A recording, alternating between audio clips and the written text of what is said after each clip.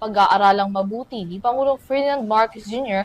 ang hiling ng Estados Unidos na extradition laban kay Pastor Apollo Quiboloy ayon yan sa Malacanang. Sabi ni Palace Press Officer Attorney Claire Castro, iaanunsyo ng Pangulo ang desisyon kaugnay dito sa mga susunod na linggo. Kabilang naman sa ikinukonsidera ni Marcos ang pananatili ni Quiboloy sa Pilipinas habang dinidinig ang kaso nito na may kaugnayan sa sex trafficking at iba pa. May karagdagang balita si Alvin Pelobelio. Inanunsyo ng Malacanang Palace na nakatakdang maglabas ng pahayag si Pangulong Ferdinand Marcos Jr. kaugnay sa hiling ng Estados Unidos na extradition laban kay religious leader Apollo Quiboloy.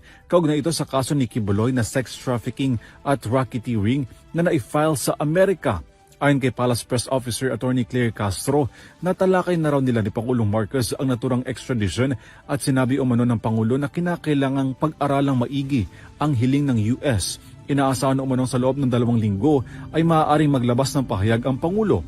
Una nang kinumpirma ng Malacanang na kailangan ng agarang evaluation at resolusyon sa hiling ng US para sa larangan ng hustisya.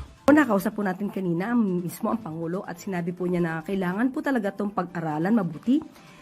Pero in a couple of weeks ay magbibigay po sila ng anunsyo kung ano ang magiging desisyon para dito. Kabilang raw sa pinag-aaralan ng Pangulo ang 2 options kung saan kabilang ito sa treaty sa pagitan ng US na mayroong provisyon. Una, maaaring manatili si Quiboloy sa Pilipinas habang dinidinig ang kaso at ma-hold pansamantala o di kay masuspinde ang kaso at magkaroon ng extradition para ipadala sa US. Nitong Webes, kinumpirma ng Department of Foreign Affairs na humiling ang White House ng extradition sa kaso ni Quiboloy at kaagad umano itong pinasa ng DFA sa Department of Justice.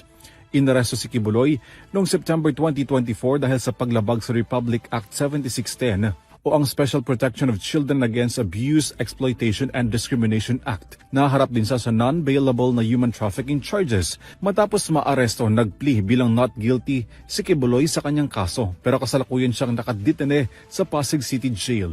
Para sa EuroTV News, Alvin Pelobelio, isang dekadang sumasaludo sa bawat Pilipino.